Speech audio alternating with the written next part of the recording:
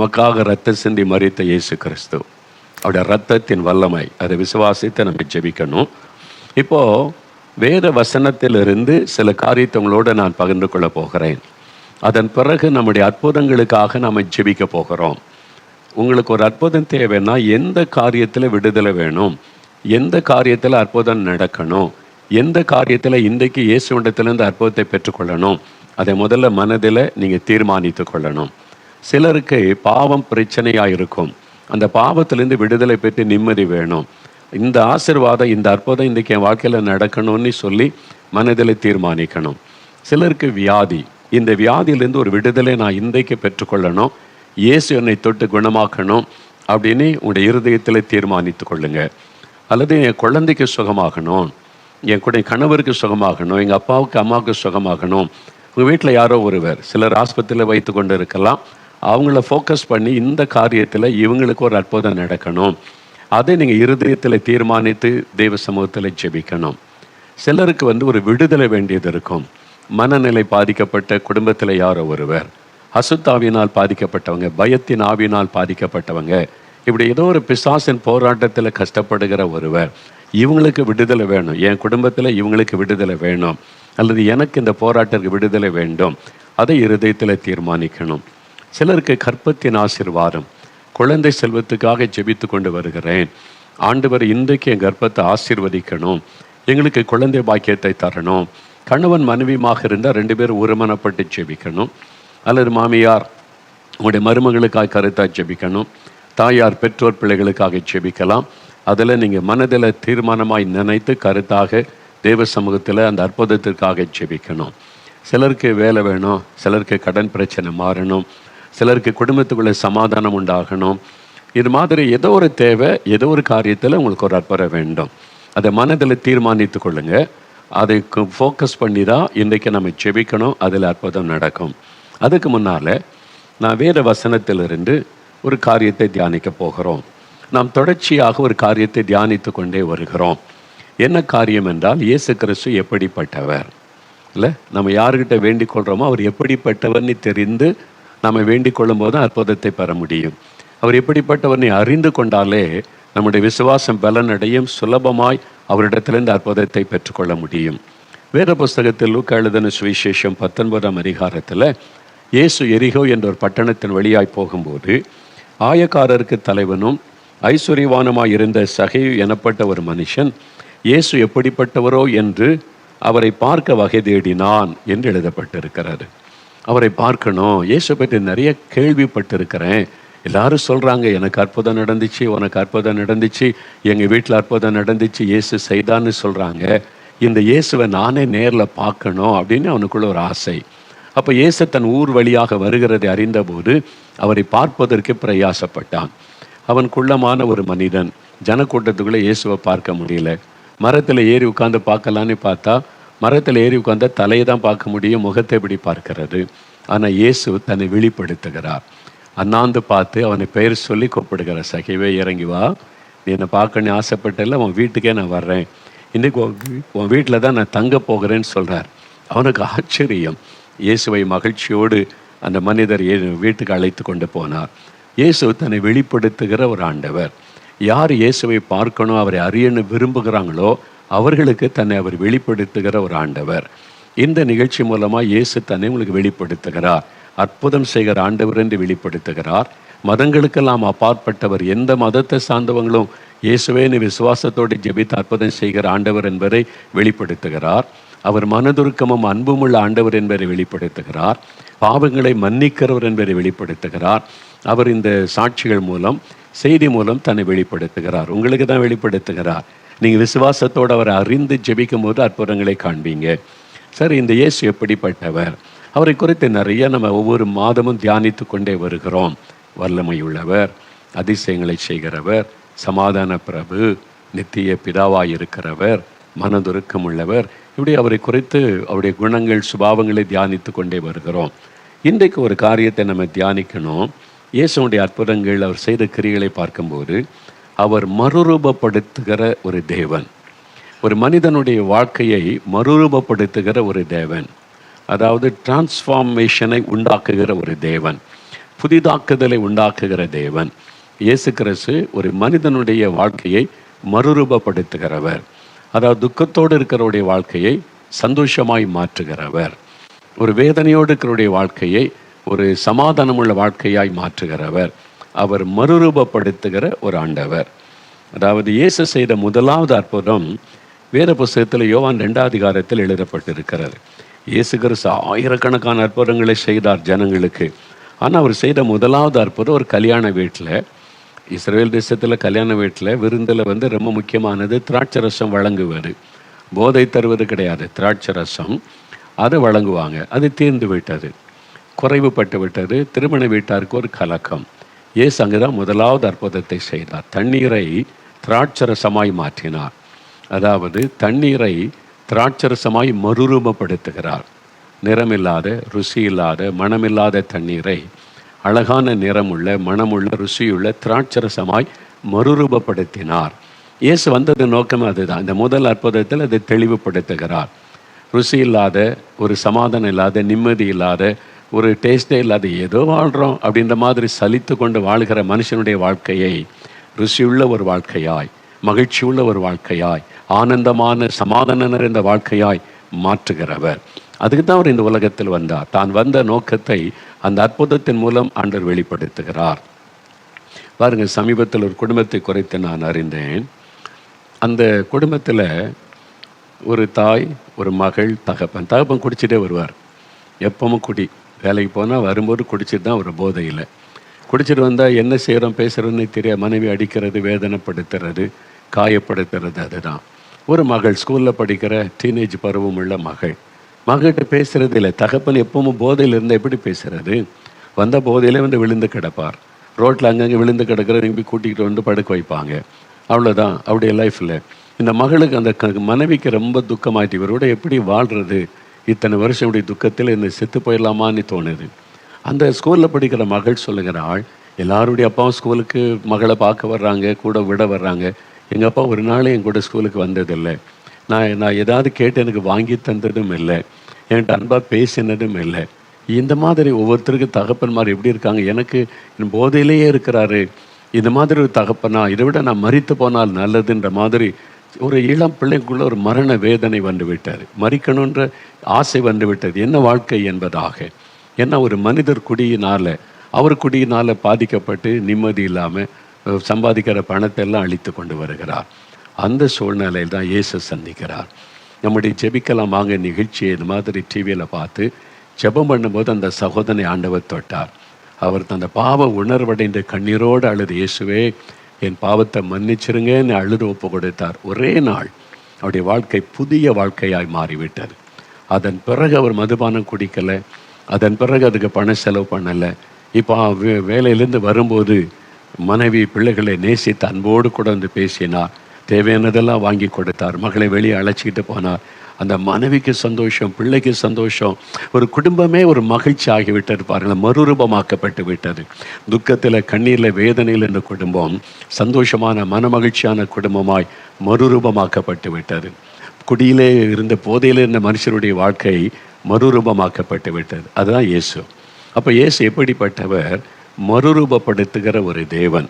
மனுஷனுடைய வாழ்க்கையை மறுரூபப்படுத்தி துக்கத்தை சந்தோஷமாய் மாற்றுகிற தேவன் உங்கள் வாழ்க்கையில் இன்றைக்கு அந்த அற்புதத்தை ஆண்டவர் செய்ய போகிறார்.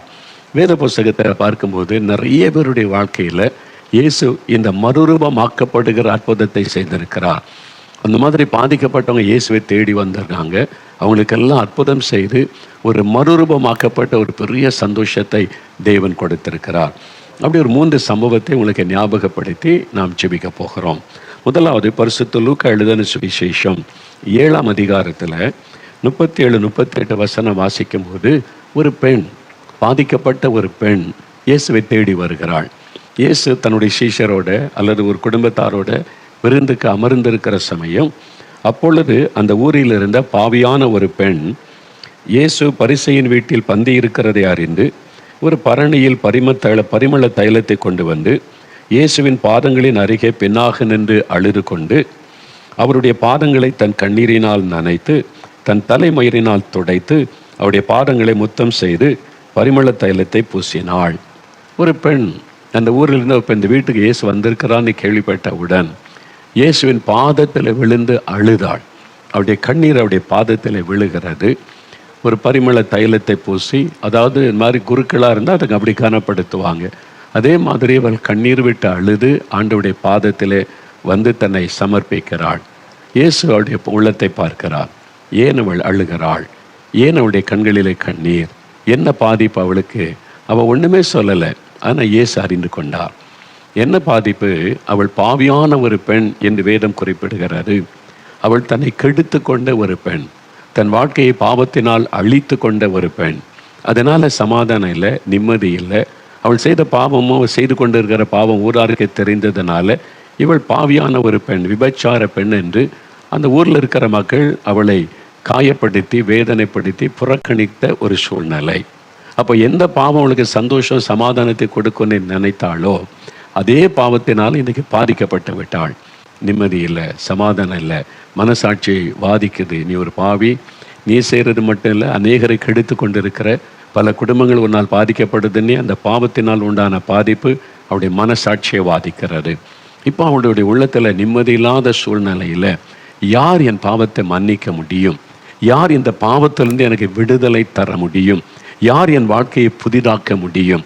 எல்லாரும் என்னை குற்றப்படுத்துகிறாங்க, பாவின்னு கை நீட்டுகிறார்கள், என்னை கேவலப்படுத்துகிறாங்க. அவ்வளோதானே தவிர எனக்கு அன்பு காட்ட, இதிலிருந்து வெளியே என்னை கொண்டு வருவதற்கு யாரும் இல்லையே. நீ கலங்கின சமயத்தில் தான் இயேசு என்கிற ஒரு ஆண்டவர் வந்திருக்கிறாரு.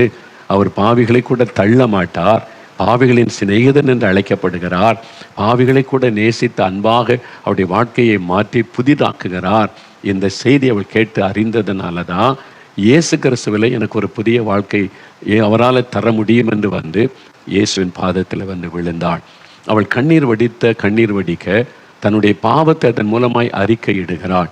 நான் பாவி ஆண்டவரே, என்னை மன்னியும், என்னை மன்னியும், என்னை மன்னியும் என்பதாய் தன் பாவத்தை கண்ணீரினால் அறிக்கை செய்தாள். தன் பாவத்தை மறைக்கிறவன் வாழ்வடைய மாட்டான், அறிக்கை செய்து விட்டு விடுகிறவன் இரக்கம் வருவான். இயேசு உடனே அவளுக்கு இறங்கினார். அவள் உடைந்த உள்ளத்தோட கண்ணீரோட மனம் திரும்புகிறாள் என்பதை அறிந்து இயேசு சொன்னார், உன் பாவங்கள் உனக்கு மன்னிக்கப்பட்டது மகளே, நீ சமாதானத்தோட போ. இந்த ஆண்டவர் அவளை ஆசீர்வதித்து அனுப்பினார் என்று இந்த வேத பகுதியிலே பார்க்க முடியும். அவள் எதை எதிர்பார்த்து வந்தாளோ அந்த ஆசீர்வாதத்தை ஆண்டவர் கொடுத்தார். அவளுடைய பாவம் மன்னிக்கப்படணும், சமாதானம் வேணும், அதுதான் அவருடைய எதிர்பார்ப்பு. அந்த ஆசீர்வாதத்தை ஆண்டவர் கொடுத்தார். உன் பாவம் உனக்கு மன்னிக்கப்பட்டு விட்டாரு, சமாதானத்தோட போ.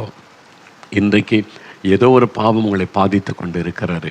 அது உங்களுடைய மதுபான பழக்கமாக இருக்கலாம், போதை வஸ்துகளாக இருக்கலாம், சூதாடுகிற பழக்கமாக இருக்கலாம், ஏதோ ஒரு தவறான ஃப்ரெண்ட்ஷிப்பாக இருக்கலாம், ஏதோ ஒரு லஞ்சம் வாங்குவது, ஊழல் பண்ணுவது, கலப்படம் பண்ணுவது, பிஸ்னஸ் செய்து கொண்டே ஏமாற்றுவது, ஏதோ ஒரு காரியம் தப்புன்னு தெரியுது, விட முடியல, பாவம்னு தெரியுது, வெளியே வர முடியல, அகப்பட்டு கொண்டேன், அதை விடவும் முடியலை, என்ன தப்புன்னு தெரியவும் செய்கிறது, மனசாட்சி வாதிக்கிறது, சமாதானம் இல்லை.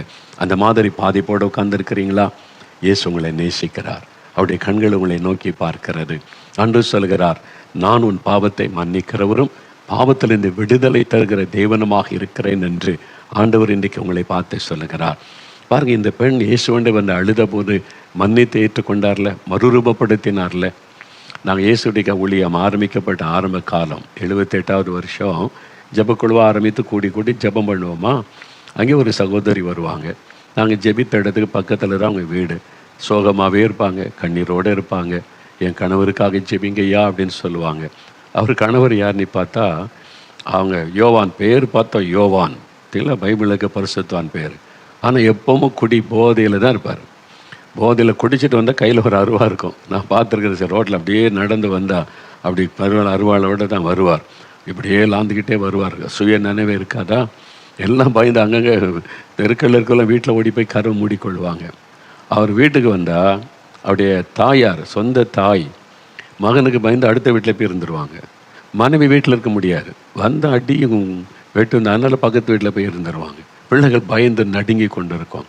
இந்த மாதிரி குடிச்சிட்டு ஒரு சுய நினைவே இல்லாமல் அருவாளோட சுத்தனா எப்படி நிம்மதி இருக்கும் யோசித்து பாருங்கள். அது மாதிரி அது வந்து குடிச்சு ஊருக்கே தெரியும் இந்த மாதிரி குடிகாரன் இந்த ஆள் அப்படின்னு சொல்லி. ராத்திரி படுக்கும்போது ஒரு பாட்டில் சாராயத்தை படுக்க பக்கத்தில் வச்சு கொள்ளுவாராம். ஏன்னா குடித்து நரம்பெல்லாம் பாதிக்கப்பட்டு அப்படியே காலையில் எழும்புனா கை காலம் அப்படியே கையெல்லாம் நடுங்கும். அப்படியே ஒரு சின்ன டம்ளர் கூட தூக்க முடியாது. அந்த கஷ்டப்பட்டு அந்த சாராயத்தை உள்ளே போன பிறகு தான் கொஞ்சம் ஸ்டிஃப் ஆகி நரம்பெல்லாம் அப்படியே செயல்பட ஆரம்பிக்கும். அதனால் சரீரமும் பாதிச்சுட்டு, நரம்பு மண்டலமும் பாதிச்சுட்டு, அது மாதிரி பாதிக்கப்பட்ட ஒரு நிலைமை. அவர் நிம்மதி இருக்குமா? அவரால் குடும்பமே பாதிக்கப்படுது. இப்போ அவர் நிம்மதியாக இருப்பார், அவருக்கு சமாதானம் கிடையாது, நிம்மதி கிடையாது. அந்த மாதிரி அவங்க மனைவி வந்து கண்ணீரோடு ஜெபிக்க சொல்லுவாங்களா? நாங்கள் ஜெபிக்கிறது மாத்திரம் இல்லை, அவர் சந்திக்கலான்னு வீட்டுக்கு போனால் நாங்கள் முன்வாசல் வழியாக போவோமோ, அவர் பின்வாசல் வழியாக ஓடிடுவார். ஒரு நாள் எங்களை நேரில் பார்க்க மாட்டார். வீட்டில் போய் ஜெபம் பண்ணுவோம், ஆண்டவரே இந்த சகோதரனை ரட்சியும், இந்த மதுபான பழக்கத்தை விடுவின்னு சொல்லி. ஒரு நாள் திடீர்னு போனோம், நாங்கள் ஒரு 4-5 பேர் ஜெபக்குள்ளே உள்ள நுழைஞ்சிட்டோம், வீட்டுக்குள்ளே அகப்பட்டு கொண்டார், போக முடியல. அதனால் அவர் ஆனால் பக்கத்தில் வரல, தூரத்தில் அங்கேயே குனிஞ்சு அப்படியே நின்று கொண்டு இருந்தார். சூழ்நிலை புரிந்துக்கிட்டு நான் சொன்னேன் ஜெபம் பண்ணுவோம் என்பதால். ஒன்று அவர் அங்கேயே முழங்கால் போட்டார். அவனுடைய மனைவி பிள்ளைகள் எல்லாம் முழங்கால் படிக்கிட்டாங்க. நாங்கள் ஜெபக்குழு சார்ந்த ஒரு 3-4 பேர் முழங்கால் படிக்கிட்டோம். அவர் ஏதாவது நம்ம கேட்டுருவோம் பேசுகிறோன்னு பயந்து அப்படியே தலையை கலந்துக்கிட்டார். அப்போ அவருக்கு என்ன சொல்கிறது? நீ பாவம் செய்கிற, குடிக்கிற, அவளை ஏதாவது ஆலோசனை சொல்கிறதா? ஆண்டவர் சொன்னார், ஒன்றும் சொல்லாத, ஒரே ஒரு வேத வசனத்தை மட்டும் வாசி அப்படின்னு சொன்னார். சரி ஆண்டவரேன்னு சொல்லி, வேதத்தில் ஒரு வசனம் இருக்குது, தன் பாவங்களை மறைக்கிறவன் வாழ்வடைய மாட்டான், அறிக்கை செய்து விட்டு விடுகிறவன் இரக்கம் பெறுவான். நீதிமொழிகள் 28:13 இருக்குது. ஒரே ஒரு வசனம். அவர் அங்கே இருக்கிற தூரத்தில் நாங்கள் இருக்கிறோம், நாங்கள் இங்கே முழங்கால் பிடிக்கிட்டு இருக்கோம். சத்தமாக வேத வசனத்தை மட்டும் நான் வாசித்தேன். தன் பாவங்களை மறைக்கிறவன் வாழ்வடைய மாட்டான், அறிக்கை செய்து விட்டு விடுகிறவன் இரக்கம் பெறுவான் அப்படின்னு சொல்லிட்டு சரி ஜெபிக்கலான்னு ஜெபிக்க ஆரம்பித்து. அவ்வளவுதான். அவர் பாருங்கள் கண்ணீர் விட்டு அழ ஆரம்பிச்சிட்டார். ஏங்கி ஏங்கி அழுகிறார், அப்படியே அழுகிறார், ஏங்கி ஏங்கி அழுகிறார், கண்ணீர் வடிக்கிறார்.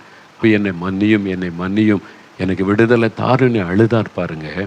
ஒரே நாள் ஒரு வேறு வசனம் அவ்வளோதான் அவரை தொட்டது. இயேசு அந்த வசனத்தின் மூலம் அவரை தொட்டார். அன்றைக்கு அவர் கண்ணீரோடு ஒப்பு கொடுத்தார். வாழ்க்கை தலைகளாய் மாறிவிட்டார். அதன் பிறகு அவர் சாரை கடைக்கு போனது இல்லை. அதன் பிறகு அவர் இந்த மதுபானத்தை தொட்டது இல்லை. இப்போ அவருடைய வாழ்க்கை மாறிட்டா எங்கள் ஊரே ஆச்சரியமாக பார்த்தது, எப்படி இந்த ஆள் மாறினார் என்பதாக. எங்கள் ஜெபக்குழுவில் வந்தார், ஊழியத்துக்கு வருவார். அப்புறம் முழு நேர ஊழியத்துக்கு வந்து இயேசுடிக்க ஊழியத்தில் ஊழியக்காரராக இருந்தார். இப்போ அவர் பரலோக ராஜ்யத்தில் ஆண்டவரோடு இருக்கிறார். அவருடைய மகன், அவருடைய பிள்ளைகளும் ஊழியத்தில் இருக்கிறாங்க, இப்பவும் இருக்கிறாங்க அவருடைய பிள்ளைகள் ஊழியத்தில்.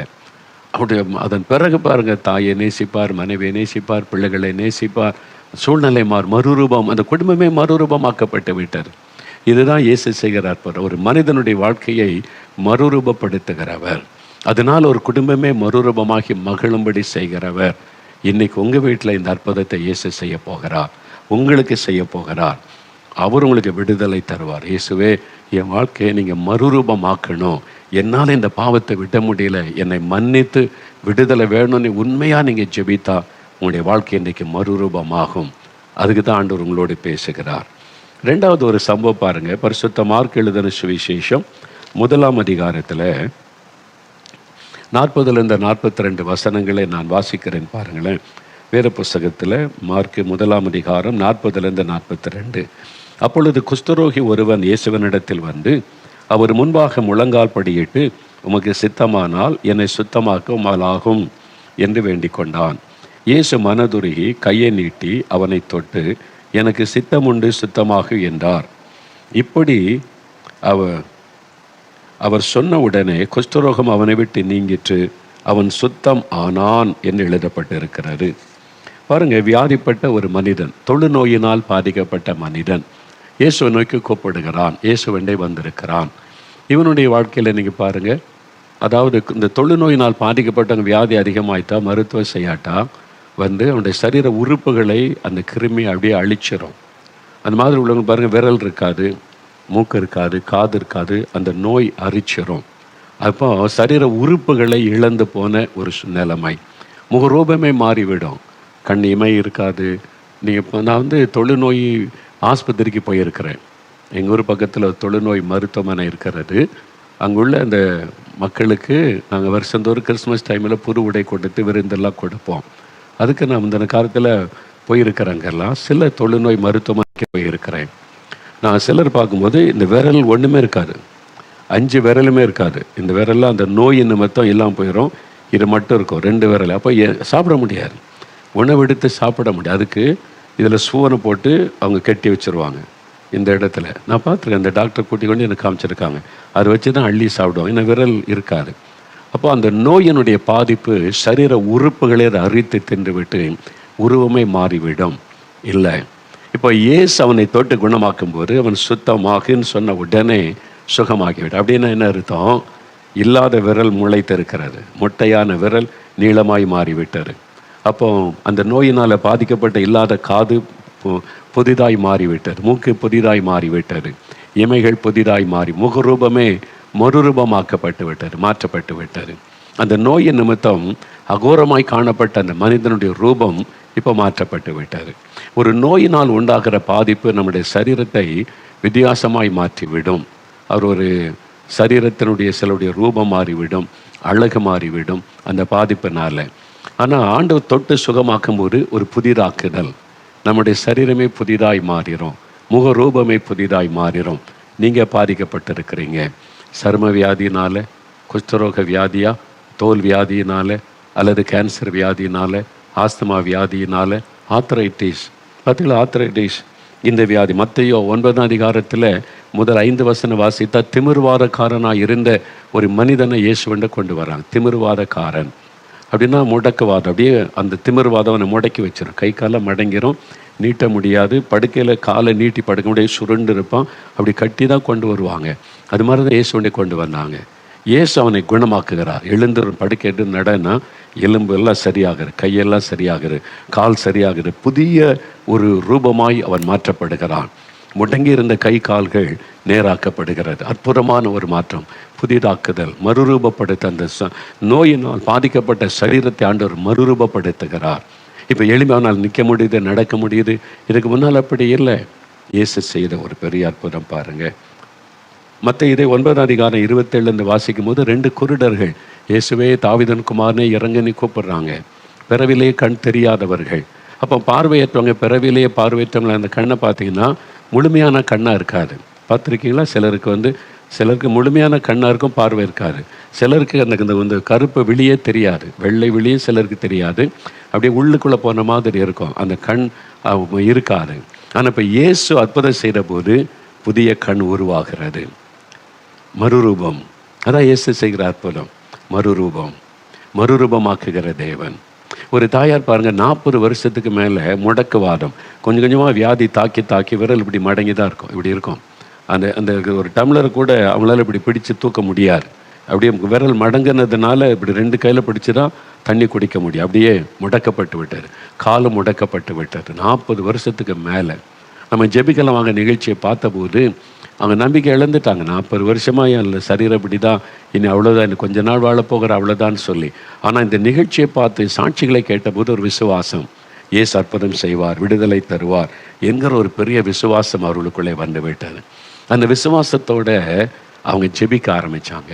இயேசுவே, நீர் என்னை குணமாக்க முடியும், என் சரீரத்தை புதிதாக்க முடியும், எனக்கு ஒரு அற்புதத்தை நீர் செய்ய முடியும்னு சொல்லி விசுவாசத்தோடு ஜெபிக்க ஆரம்பித்தாங்க. ஆண்டவர் விசுவாசமுள்ள ஜெபத்தை கனப்படுத்துகிற தேவன்.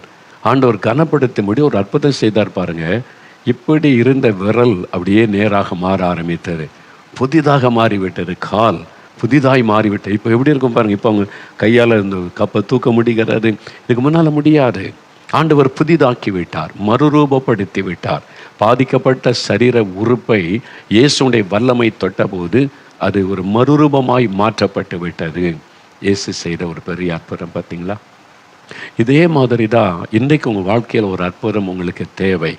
இயேசு அந்த அற்புதத்தை செய்வதற்குத்தான் உங்களோடு பேசி கொண்டிருக்கிறார். என் மகனே, நீ பாதிக்கப்பட்டிருக்கிற, உன் சரீரம் பாதிக்கப்பட்டிருக்கிறது, நான் அதை மறுரூபப்படுத்த வல்லமை உள்ள தேவன் என்ற ஆண்டவர் உங்களோடு கூட பேசுகிறார்.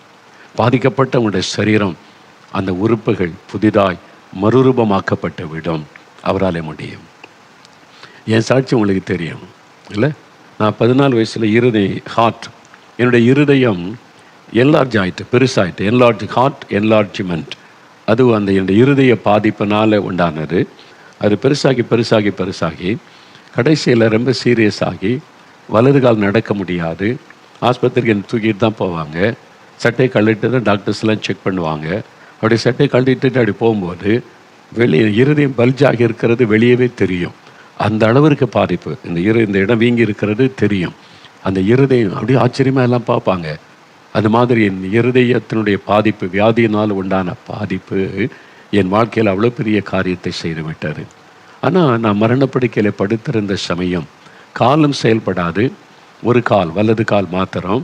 அதனால் என்னால் நிற்க முடியாது, நடக்க முடியாது, படுத்த படுக்கை. அப்புறம் இருதயமும் வித்தியாசம் வீங்கிட்டு எலும்பும் தோலும் ஆகிட்டேன். உருவமே மாறிவிட்டார். இந்த நோய் நிமித்தம் என் உருவமே மாறிட்டு, பேச பலன் கிடையாது. என் உருவமே எலும்பும் தோலும் ஆகி விட்டார். அப்போ சொந்தக்காரங்க மற்றவங்களாம் பார்க்க வந்தால் அவனா இப்படி இருக்கிறான், ஐயோ இவன் பிழைக்கிறது கஷ்டம் இல்லை, இன்னும் அவ்வளோதான், அப்படி தான் சொல்லிட்டு போனாங்க. அந்த மாதிரி நம்பிக்கை இழந்து போன சூழ்நிலை. இந்த நோய் நிமித்தம் உருவமே மாறிவிட்டது. ஆனால் ஜெபம் பண்ணும்போது ஒரு சகோதரர் எனக்காக ஜெபித்த போது ஆண்டவர் இயேசுடைய கரம் என்னை தொட்டார். அவருடைய தொடுதலை உணர்ந்தேன். தொட்ட உடனே ஆச்சரியமான அற்புதம், வீங்கி இருந்த இருதயம் நார்மலாகி மாறிவிட்டார். இந்த பல்ஜாகி இருந்த இடம் அப்படியே உள்ளே போயிட்டு நார்மலாக மாறிட்டு இருதயம். செயலற்று போன கால் செயல்பட ஆரம்பித்து விட்டார். எப்படி யோசித்து பாருங்களேன், எவ்வளோ பெரிய ஆச்சரியமான அற்புதம். என்னால் கிரகிக்கவே முடியல. இப்படி ஒரு கடவுளா? நான் எத்தனை கடவுளை நம்பினேன், எத்தனை கடவுளை தேடினேன், எத்தனை கடவுளை சரையில் விழுந்து சாஸ்தாமாக விழுந்தெல்லாம் நான் கும்பிட்டு அந்த கடவுள் மேலே பக்தியாக இருந்தேன். ஒருத்தர் கூட எனக்கு உதவி செய்யலையே. பக்தியாக நாங்கள் எவ்வளோ நான் விண்ணப்பம் பண்ணினேன், பிரார்த்தனை பண்ணினேன், குடும்பத்தான் எல்லா இடமும் அலைந்து பிரார்த்தனை பண்ணினாங்களே. ஆனால் நான் அவர் இயேசுன்னா வெறுத்தேன். அது வெளிநாட்டு கடவுள், அவர் யாருன்னு சொல்லி இயேசுவை கேவலமாய் பேசினேன். ஆனால் அவர் வந்து என்னை தொட்டு என்னுடைய சரீரத்தையை புதிதாய் மாற்றிட்டார். வீங்கிருந்து இருதயம் உள்ளே போயிட்டு கால் நடக்க முடிகிறது.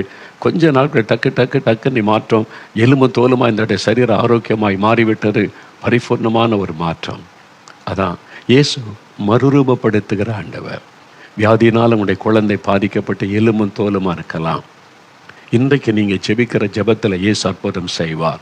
மறுரூபமாக்கப்பட்ட ஒரு குழந்தையாக, புதிதாக்கப்பட்ட குழந்தையாக நீங்கள் பார்ப்பீங்க.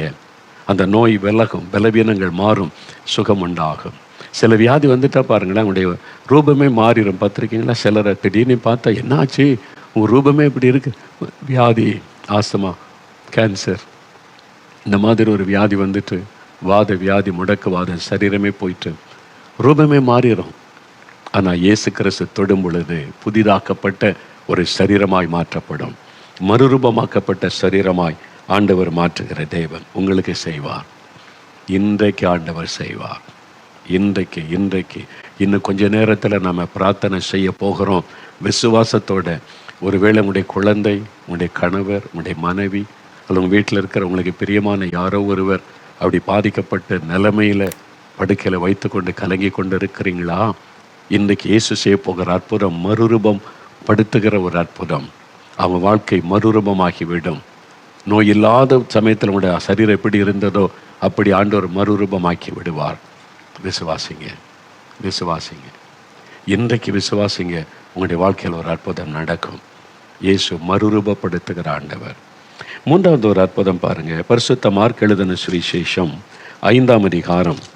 பரிசுத்த மார்க் எழுதின சுவிசேஷம் 5ஆம் அதிகாரம் 1 முதல் நீங்கள் வாசித்து பார்த்தால், இயேசு கதரேனருடைய நாட்டுக்கு வருகிறார். அப்படி ஒரு இடம் இருக்குது, கலிலேய கடல். இப்போவும் நீங்கள் பார்க்க முடியும், கலிலேய கடலில் ஒரு பகுதியில் இந்த கதரேனருடைய நாடு அப்படின்னு ஒரு இடம் இருக்கிறார். அங்கே வந்து ஒரு அசுத்த ஆவி உள்ள ஒரு மனிதன் கல்லறை தோட்டத்திலே வசித்து கொண்டிருந்தான். கல்லறை தோட்டத்தில் யாராவது வசிப்பாங்களா? அந்த வெளியே போகிறக்கே பயப்படுவாங்க. ஆனால் இவனுடைய குடியிருப்பே கல்லறை தோட்டம் தான். மனிதர்களை, செத்தவங்களை புதைக்கிறாங்கல்ல, அங்கே தான் இந்த மனிதன் இருப்பான். இவன் அசுத்தாவியினால் பாதிக்கப்பட்டவன். லேகியோன் என்று அழைக்கப்படுகிறதை பார்க்கிறோம். லேகியோன் என்றால் 6000 குறிக்குமா. ரோமருடைய படையில் 6000 பேர் உள்ள ஒரு படைக்கு பேர் லேகியோன் என்று பெயர் அப்படின்னு சொல்கிறாங்க. அப்போ இந்த மனிதன் மேலே ஆயிரக்கணக்கான அசுத்த ஆவிகள் அவனை ஆட்கொண்டு விட்டார். ஒரு பிசாசை பிடிச்சாலே பெரிய பாடு. 6000 பிசாசு ஒரு ஆளுக்குள்ளே வந்தால் எப்படி இருக்கும்? ஒரே ஆளுக்குள்ளே பல ஆவி இருக்குமா? இருக்கும். அது மாதிரி இருக்கிறது. அதனால தான் நான் சொல்லி எழுதி இருக்குது. இப்போவும் அப்படி ஆட்களை பார்க்க முடிகிறாரு. அப்போ ஆயிரக்கணக்கான ஆவிகள் ஒரு மனிதனுக்குள்ளே அசுத்தாவி நுழைந்ததுனால அவனுடைய வாழ்க்கை எப்படி இருக்குது பாருங்களேன். வஸ்திரம் இல்லை, அவனுக்கு வஸ்திரத்துக்குள்ள கிழிச்சு எரிஞ்சிருவான். அப்போது அவனுக்கு நம்ம வஸ்திரம் இல்லாமல் இருக்கிறோமே, இது ஒரு ஒரு ஷேம் ஆச்சு, அந்த உணர்வே கிடையாது. ஏன்னா பிசாசு அவரை முற்றிலும் ஆட்கொண்டதுனால அவன் நினைவு தப்பி விட்டது. இனி என்ன பேசுகிறோம், என்ன செய்கிறோம் ஒன்றும் தெரியல. வஸ்திரம் இல்லாதவனாக இருந்தான். கூக்குரலிட்டு கொண்டிருப்பான், அப்படியே சத்தமிட்டு கொண்டே இருப்பான்.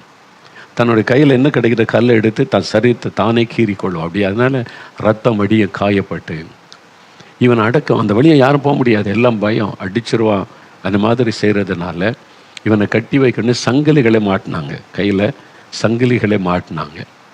அதை உடைச்சி எறிஞ்சிட்டான். வேறு வசனத்தில் சங்கிலிகளை முறித்து விலங்குகளை தகர்த்து போடுவான். அதெல்லாம் தகர்த்துறான். விலங்கு போட்டாலும் சரி, சங்கிலியை வச்சு கட்டினாலும் சரி, எல்லாத்தையும். அந்த ஆவிக்கு அவ்வளோ பெரிய ஒரு பலன் இருந்தது. அந்த அசுத்த ஆவி அவனை எப்படி அடிமையாக்கி வைத்திருந்தது. அப்போ அவன் யோசித்து பாருங்கள், வஸ்திரம் தரிக்கலை, தலைவிரி கோலத்தோடு அவன் எண்ணெய் தேய்க்கலை, குளிக்கலை, அப்புறம் சரீரத்தை காயப்படுத்தி ரத்த காயத்தோட சரீரம், கைகளை சங்கிலி தொங்கி கொண்டிருக்கிறது. என்னன்னு பார்த்தா உடை தெரிந்து விட்டான். அவனுடைய ரூபமே எப்படி மாறி இருக்குது பாருங்கள். சில சொல்ல என்ன பிசாசு மாதிரி இருக்கிறான் அப்படி சொல்லுவாங்க, பார்த்துருக்கீங்களா? அப்போ 6000 பிசாசு பிடித்த ஒரு மனிதன் எப்படி இருந்திருப்பான்னு யோசித்து பாருங்கள். அப்படி ஒரு பாதிப்பு. இப்போ இயேசு அவனை சந்திக்க போகிறார். இயேசு அவனை சந்திக்கிறார். தூரத்தில் இயேசுவை பார்த்த உடனே அந்த அசுத்தாவி கத்துகிறது, என்ன சிறைனாக இயேசுவே. அந்த பிசாசுக்கு தெரியும் இயேசுன்னா யாருன்னு தெரியும். அந்த பிசாசுக்கு இயேசு சொன்னார், அவனை விட்டு புறப்பட்டு போ. இயேசு ஒரே ஒரு வார்த்தை சொன்னார், அவ்வளோதான். அந்த ஆவி போய்விட்டார், அவனை விட்டு போய்விட்டார், அவன் விடுதலை ஆகிவிட்டான். இப்போ பாருங்கள், 15வது வசனம் சொல்லுகிறாரு, இயேசுவனிடத்தில் மற்றவங்களாம் பார்க்கும்போது அந்த லேகியோன் ஆகிய பிசாசு பிடித்திருந்தவன் வஸ்திரம் தரித்து உட்கார்ந்து புத்தி தெளிந்திருக்கிறதை கண்டு பயந்தார்கள். இல்லைங்களா? பிசாசை பிடிச்சிருக்கும் போதும் பயப்படுறாங்க, புத்தி தெளிஞ்ச நல்லவனாக இருக்கும் போதும் பயப்படுறாங்க. மக்களை என்னதான் சொல்கிறது பாருங்கள். அவன் பிசாசை பிடிச்சி சங்கிலிகளை உடைச்சிருவான், கீறி கொள்வான், சத்தமிடுவான், அப்போ பயமாக இருக்கும். இப்போ நல்ல வஸ்திரம் தரித்து அமைதியாக சாந்தமாக உட்கார்ந்துருக்கிறான். மக்கள் அவனை பார்த்து பயந்தாங்களாம். என்னடா அது, இப்படி இருந்தால் இப்படி மாறிட்டான், என்ன இப்போ வஸ்திரம் தரிச்சிருக்கிறான், சாந்தமாக இருக்கிறான், அமைதியாக இருக்கிறான், எப்படி என்ன மாற்றம் அவனுக்குள்ளே எப்படி வந்தது? இயேசு இயேசு இயேசு என்கிற அற்புதமான ஆண்டவர், மறுரூபப்படுத்துகிற ஆண்டவர். பார்த்தீங்களா? அவன் புத்தி தெளிந்திருக்கிறத கண்டு இது எப்படி அது குறித்த ஒரு பயம் அவங்களுக்கு. இயேசு என்கிற ஆண்டவர் தான் இவனுடைய வாழ்க்கையை மறுரூபப்படுத்தி இருக்கிறார். அவனுக்கு வஸ்திரம் கொடுத்து அவன் உட்கார வச்சிருக்கிறாரு. எல்லாரும் அவனை கண்டு பயப்படுவாங்க. இப்போ யாரும் அவனை கண்டு பயப்பட தேவையில்லை, யாரையும் அட்டாக் பண்ண மாட்டான். பெரிய மாற்றம் பார்த்தீங்களா? இயேசு கிறிஸ்து அவனுடைய வாழ்க்கையில் ஒரு பெரிய அற்புதமான மாற்றத்தை உண்டாக்கினார்.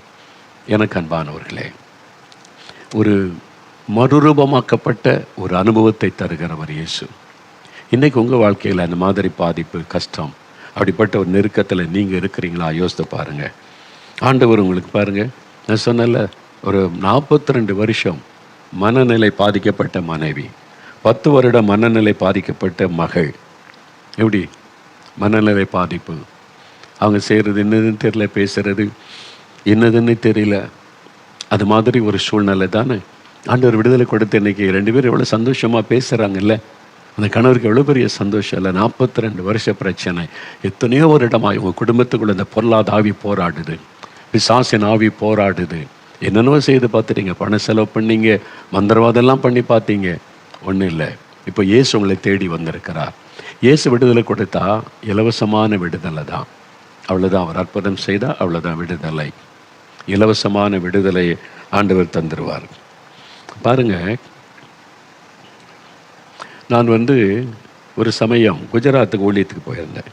குஜராத்தில் அங்கே இருக்கிற அந்த ஊழியம் செய்கிறவங்களுக்கு ஒரு மீட்டிங் ஒரு கிராமத்தில் உள்ள ஒரு சர்ச்சில் வச்சுருந்தாங்க. அப்போது ஒரு தகப்பனையும் வாலிப மகனையும் எனக்கு அங்கே உள்ளவங்க அறிமுகப்படுத்தினாங்க.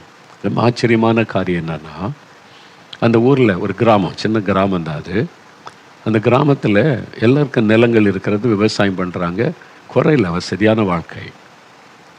அந்த ஒரு பெற்றோருக்கு ஒரு மகன், வாலிப பையன், அவனை ஒரு அசுத்தாவி தாக்கிவிட்டார். மனநிலை பாதிக்கப்பட்டவன் ஆக்கிவிட்டான். தன்னால் பேசுவான், தன்னால் சிரிப்பான், தானாக நடந்து போவான், வருவான், குளிக்க மாட்டான், தலை வார மாட்டான், கண்ணாடி பார்க்க மாட்டான். ஏன்னா மனநிலை பாதிக்கப்பட்ட நிலைமை. அதில் இன்னொரு பயங்கரமான விஷயம் என்னென்னா, அந்த கிராமத்துக்கு ஒட்டினா போல தூரத்தில் ஒரு காட்டு பகுதி இருக்கிறார். பகலில் கூட தனியாக யாரும் அந்த காட்டுக்கு போக மாட்டாங்க, தனியாக போக மாட்டாங்க. ராத்திரி அந்த பக்கமே யாரும் போக மாட்டாங்க, பயங்கரமான ஒரு காடு. ஆனால் இந்த வாலிபன், அசுத்தாவினால் பாதிக்கப்பட்ட வாலிபன், ராத்திரி வந்துட்டா இருட்ட ஆரம்பித்த உடனே அந்த காட்டுக்குள்ளே போயிடுவான்.